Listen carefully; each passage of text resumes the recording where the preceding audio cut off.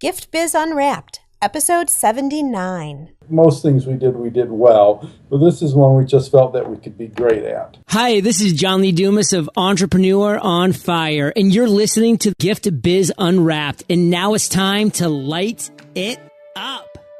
Welcome to Gift Biz Unwrapped, your source for industry-specific insights and advice to develop and grow your business. And now, here's your host, Sue Monheit. Hi there, I'm Sue, and welcome back to the Gift Biz Unwrapped podcast. Whether you own a brick and mortar store, sell online, or are just getting started, you'll discover new insight to gain traction and to grow your business. And today I have joining us Dave Poulos of Celebrations Fun Food Factory. Celebrations Fun Food Factory is a family-owned and operated business established in 1990. For the last 7 years, they have been a wholesale manufacturer of gourmet popcorn. Part of their business model is that they don't sell directly to the general public. This way they aren't competing with their retail partners. Dave places a high value on customer service and product quality, and all popcorn is made to order to ensure freshness. And I can tell you from tasting their popcorn that it is delicious. I am so glad to have you on the show. Thank you so much for joining me, Dave. Well, thanks for having me. I'd like to get started by having our listeners understand a little bit about you in a creative way, and that is by having you describe your ideal motivational candle. So if you were to share with us what color it would be and what the quote would be, what would we be seeing on your candle? Well, I guess the candle would be red. And I'm not sure this is a quote or a saying, but something that I kind of believe in is that you don't worry about things that you cannot fix. Because so much energy goes into trying to overcome or handle something when you have no control over it. I think that's really important for all of us in business. Yeah, so most things we don't have control over. So just focus and spend your energies on the things that you can control, right? Yes. Perfect. Something that we can all remember, Gift Biz listeners. Let's go back and talk about how Celebrations Fun Food Factory started. Well, we kind of started way back doing school fundraisings. We did school carnivals, the order takers that kids go to your door and bother you with, and holiday shops in the schools. And during the carnivals, we had a lot of session equipment, snow cones, slush, cotton candy, popcorn, which all came from Gold Medal Company in Cincinnati. Well, over a period of time, we had so much of the equipment, we became a dealer. And in the process of becoming a dealer, we sold to JM Gourmet, which manufactured the caramel corn that we manufacture now. And the lady had some health problems, and we bought her business, 8 years ago. And over the period of time, we sold off the order takers and the holiday shops. And then about 4 years ago, we decided that caramel corn was going to be our sole focus, and all we do now is caramel corn. Caramel corn and cheese popcorn, I know, because it's my favorite of yours. Cheese popcorn, the fruit-flavored glazes, caramels, and then with nuts, without nuts, with any flavor you would like. All versions of, as we were talking about in your intro, the gourmet popcorn. Correct. And what was the reason why you narrowed down to just one product? Well, I guess several reasons. One is that we found that the caramel corn was probably our best chance of being great at. There's a book, Good to Great, and there's a lot of people that do things that you're good at because that's what you always did. Most things we did well, but this is one we just felt that we could be great at. So that's why we kept doing the caramel corns. I really like that you say that because it might, to some of our listeners, sound counterintuitive because in some ways you think, well, if you have more products, you're going to be more successful because there's more choices. But we continually hear as entrepreneurs this whole idea of niching down and having one really good thing that you can do really well. And that's what you did. But you did this way before people were talking about it. Well, that came from the Good to Great book, which is written probably 20-some years ago, that compared 14 large companies. And what their consideration of a great company was that you weren't great 1 year. You had to hold that great quality for a span of 15 years. So great is really a hard thing to do. It's not like, oh, we were great, we had the best year ever. You look back for 15 years or forward 15 years, it's a hard concept to do. Do you think that's why so often you see businesses come up and they start and they look like they've got a great concept and then 3 years down the road, they're closing their doors? Oh, there's a whole lot of things. You know, you have a great concept, but almost before you have a great concept, you have to have the right people on the bus. If you don't have the right people going with you and working with you, even a great concept won't succeed. Oh, that's interesting. Talk to us a little bit about that. What are you seeing in terms of what do you need to do to make sure that you're getting the right people? Boy, that is really rough. Everybody has to have the same vision, the same passion for what you do. Even our hourly people understand that caramel corn is what we do, and everything has to be right. And that's probably the hardest thing of all, is getting the right people on the bus. So do you first, when you're interviewing people, are you hiring for certain personality traits, dedication and commitment, that type of thing? Or what do you look for to figure out if they're going to be a good fit for you? Well, personality traits, and they fit with us, and also it's just their dedication. No matter what job you had before the job you have now, if it was a job you hated, you still need the dedication and the willingness to do your job. I mean, every job isn't perfect. There's a lot of jobs I don't like, but I'm doing because I'm dedicated to making caramel corn. Although this isn't what I like, I'm still going to do it the best that I can, whatever portion of the job that happens to be. And so you talk a little bit about the culture and that everybody understands the vision of the business. The vision is your product is caramel corn. Do you have regular meetings with all your employees, or how do you make sure to instill that message and the understanding of where the business is going and keeping everyone motivated? We are still rather small, so we're pretty much a hands-on business. So myself or Kathy, my wife, or one of us, we are always working with the people. So, you know, we do have regular meetings, but they see us do it every day, and, you know, they do as you do. So if we keep the attitude and everything positive, they understand the quality we expect, it seems to flow fairly smoothly. And it's a good point there, too, because the culture of the business starts from the top. So you and Kathy are involved in the business, and just the attitude that you have where you were saying, you know, it's not my favorite thing to make the caramel corn, but still you're doing it. Just the attitude and the commitment then funnels down to all your employees for sure. Right. So let's talk about how you are different from other people, and that is, I mean, I saw you and Kathy recently at a trade show, which is how we started talking, and I tasted your popcorn. I actually have it here now in my office, and you're so proud and committed, and I saw when both of you were speaking, just the idea that you make it to order. So in other words, there is not popcorn sitting there waiting for people. Remember, it's not direct to the public, so it's businesses calling in, but they're not just pulling it off the shelf and putting it in boxes. They are making it based on orders that are coming in. So a little bit more cumbersome in terms of the product fulfillment, David, but how did you come upon the idea that this is what you were going to do? Caramel corn, to begin with, it has a 6-month shelf life, so it has a fairly long shelf life. But, you know, everybody, particularly small businesses, are worried about turnover and their product will stay fresh. And that was just our thought from the beginning, was that our product is gourmet. You probably won't find a heavier coated product in the industry. Our product, we stay away from artificial flavors as much as we can to keep things natural and make sure it's the most gourmet there is on the market. So to do that, we thought that the freshness was as important as how gourmet the product is. So everything, as you said, is made to order. We get customers that order 1 case at a time. We have customers that order hundreds of cases at a time, but still they're all made to order. Got it. And so how do you get the message out? I've noticed as I was asking you for information for the show, you don't do a lot of social media, which in a way makes a lot of sense because you aren't directly to the consumer, and social media might confuse everybody. You might get lots of calls that, you know, you're not going to fulfill the product. But how do you get your message out, and how do you attract new business? Our primary method is trade shows, where we met you. We do very well at keeping business. You know, like any business, it's much easier to keep a customer than it is to get a new one. So once we get a customer, we want to make sure that we keep them as long as they're selling caramel corn. Then the trade show is the best route to go. And there's some networking we do with people. We're small and probably on that end of the scale, not the best. We're best at making caramel corn. Our sales approach probably not as good as a caramel corn. So you let the product speak for itself. How about that? Yeah, that sounds good.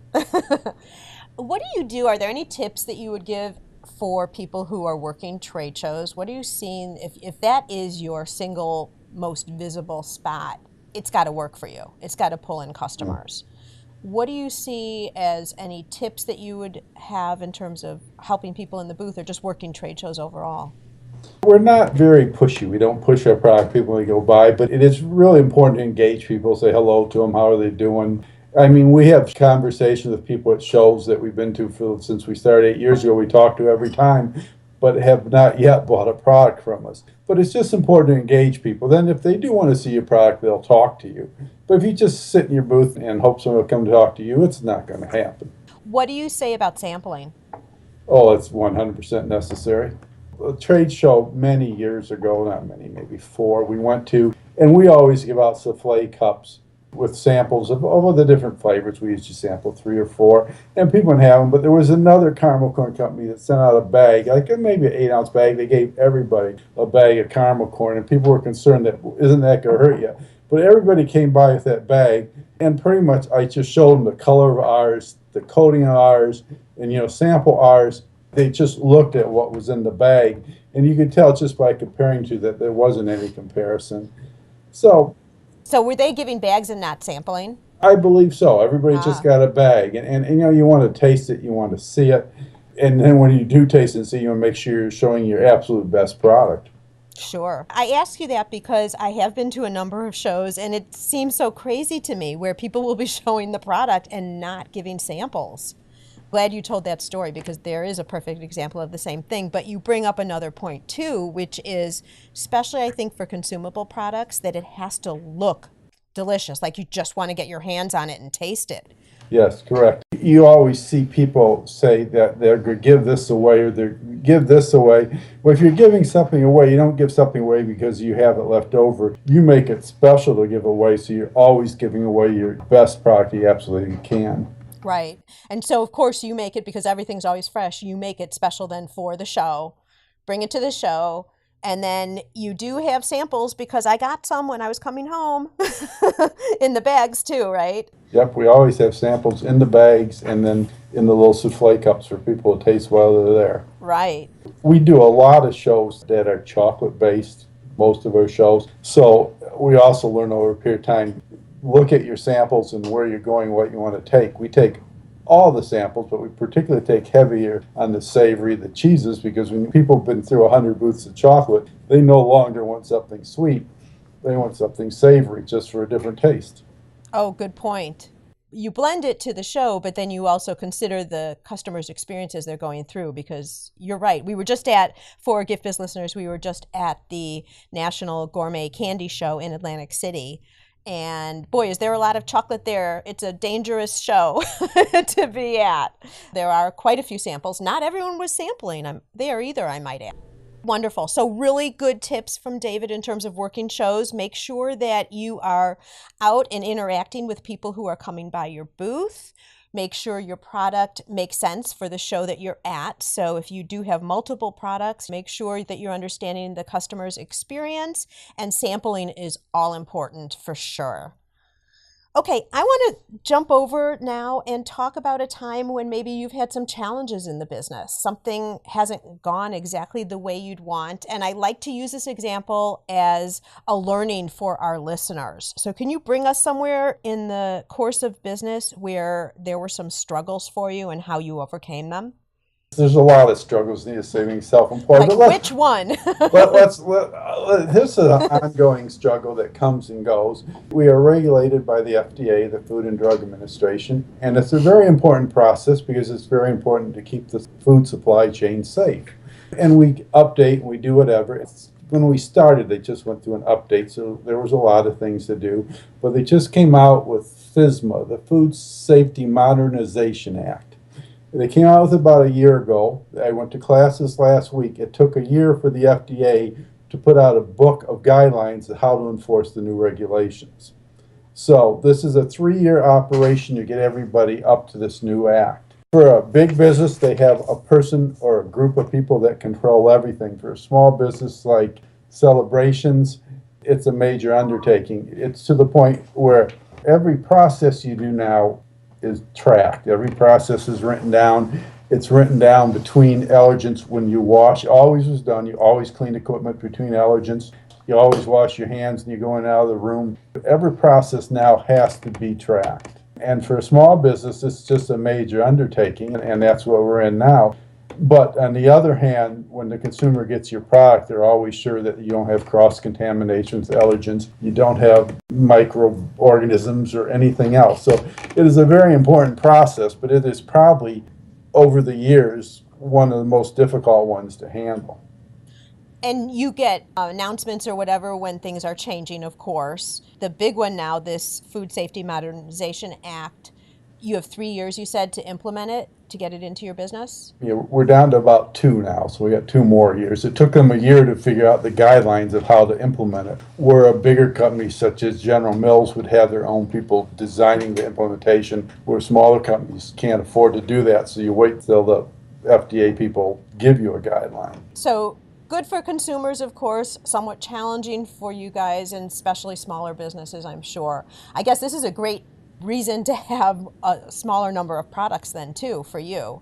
Well, of course, the bigger your SKUs are as far as ingredients, the harder it gets to be. And as far as the great thing about the Food Safety Act is everything now, we have our food safety here, but when we get sugar in, you get all their certifications. So all our product is now tracked back from when it came out of the ground to when we get it for food safety. So when we get it, we're assured by the manufacturer, the grower, whoever, of the safety, and then we continue on with our safety. So it's really good for the consumer. When they get a product, it's been carefully inspected from when it popped out of the ground until they receive it. Through the whole chain. Yes. And that's good to know from a consumer standpoint. Let's talk about your whole customer base now are businesses. So your retail partners is what you call them. You're attracting new retail partners from trade shows primarily, and then you're continuing to stay in communication with them in some shape or form. But how else are you making sure that you ensure, because the whole key for you is going to be repetitive business, reorders? Correct. We do follow up with customers after they receive product to make sure that they're happy, particularly new customers. I mean, we have customers that we had since we bought the business, and there's some of them, you talk about their kids, their grandkids now. So yeah, it's really important just to build a relationship with everybody, and if they know they have an issue, they can call. A nice story is, we manufacture all the different flavors, but we had a person that ate our product at a retail level. They have 4 restaurants in Toledo, and they're Hungarian restaurants, and he called up one day, he said, I got your product at the farmer's market or wherever it was. He said, can you make pickle flavored popcorn? And we said, well, we think so. So he brought us some samples of his Hungarian style sweet and spicy pickles. We found a flavor manufacturer we got a pickle from. We had some spicy. So we worked in probably 10 different batches till we found one that tasted like his pickle. Since then, we had made a chili cheese to match his chili flavor, and we do an apple dumpling to match one of his desserts. And this is all from follow-up and the man coming from eating our retail product. But what's really, really cool about the story is it's a market we never really thought of. He came to us saying, can you match this product? Now, I can make a spicy pickle popcorn and never sell a bag of it. Right. He puts it in all his restaurants next to his pickles, and they buy a jar of pickles and a bag of popcorn. The next time they come in, they still have pickles left, but they ate the popcorn, so they buy another bag of popcorn. And it was just an interesting thing how it all worked through to the whole retail line, that this gentleman came back to us, and how it worked through that a little different market than we were used to, that we really never thought of before. Right. That is really interesting. So when you're doing that, so you're devoting time then to figuring out a recipe that is then just for him. Is that an exclusive recipe then just for him?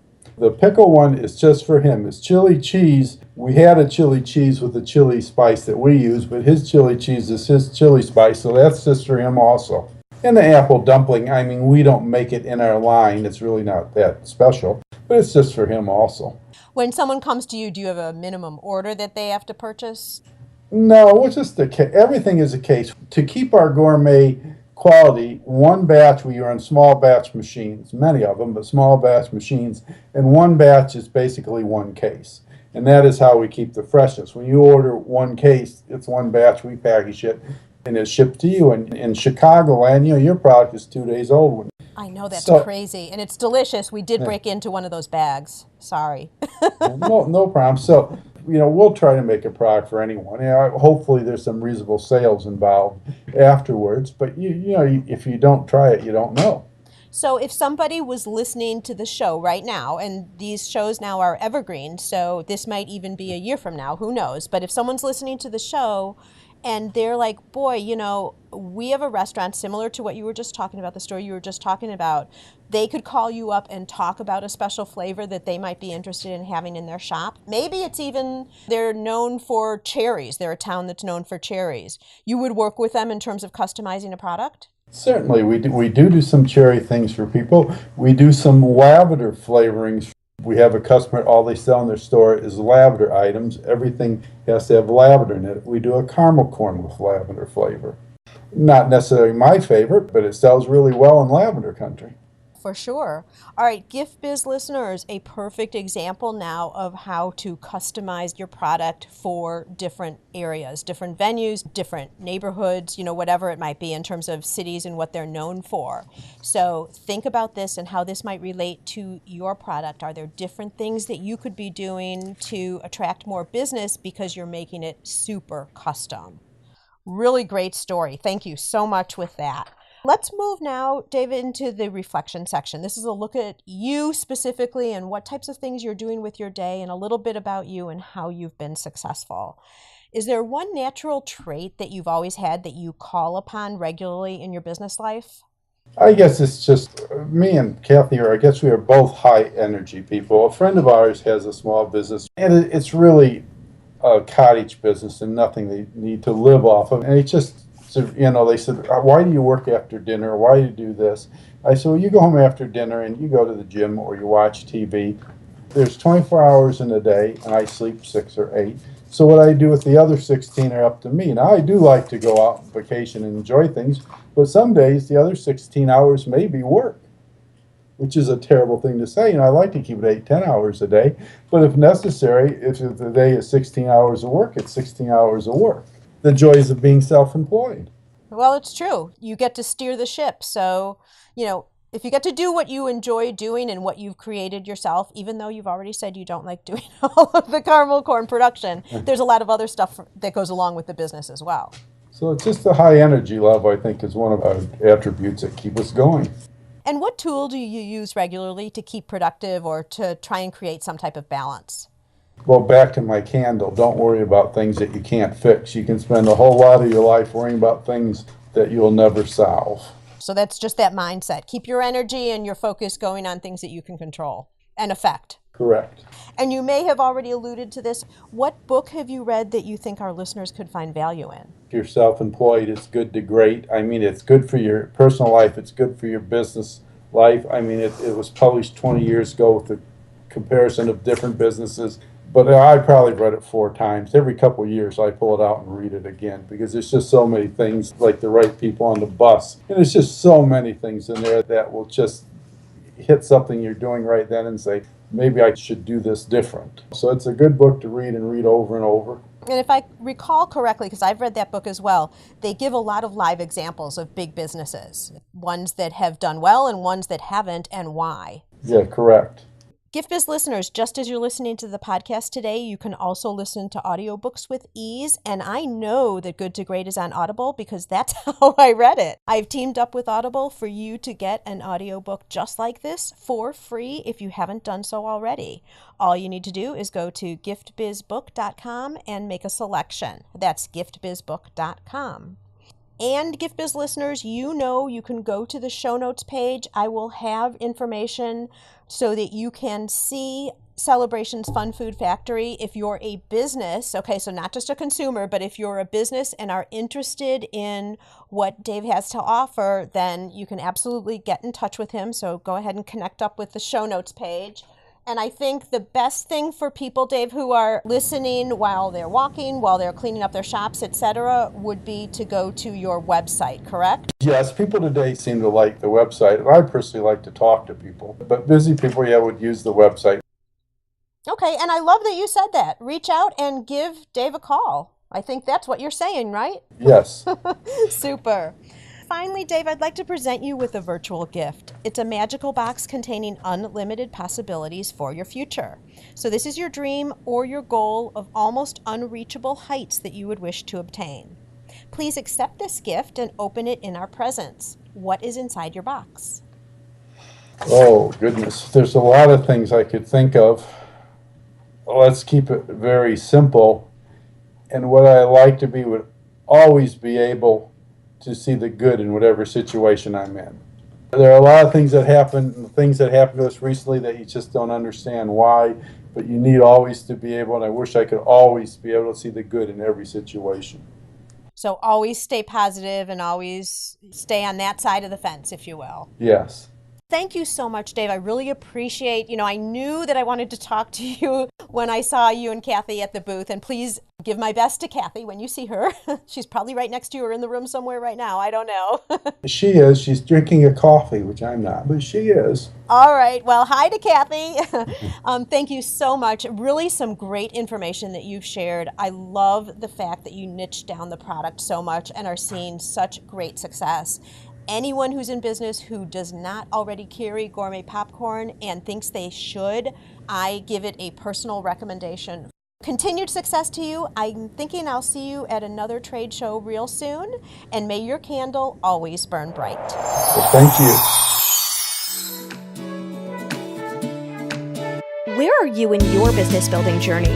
Whether you're just starting out or already running a business and you want to know your setup for success, find out by taking the Gift Biz quiz.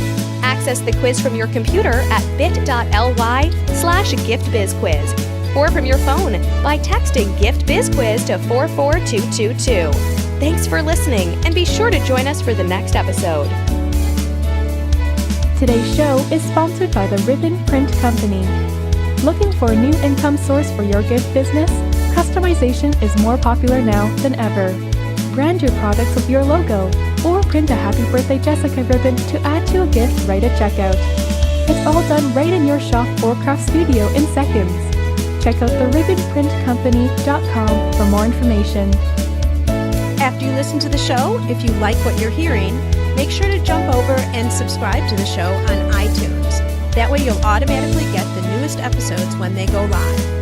And thank you to those who have already left a rating and review. By subscribing, rating, and reviewing, you help to increase the visibility of Gift Biz Unwrapped. It's a great way to pay it forward to help others with their entrepreneurial journey as well.